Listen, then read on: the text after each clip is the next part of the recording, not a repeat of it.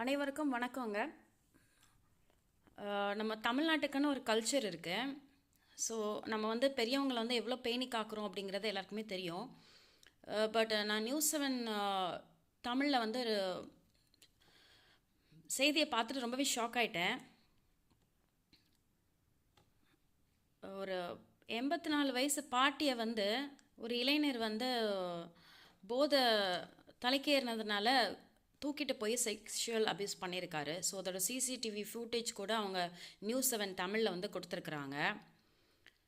So please இவருக்குரிய punishment வந்து இனிமே வர போகிற ஜென்ரேஷன்ஸில் பெண்கள் யாருக்குமே எந்த விதமான தீங்கும் இழைக்கக்கூடாது அப்படிங்கிற அளவுக்கு இருக்கணும். ப்ளீஸ் பாசிபிள் ஷேர் பண்ணுங்கள்.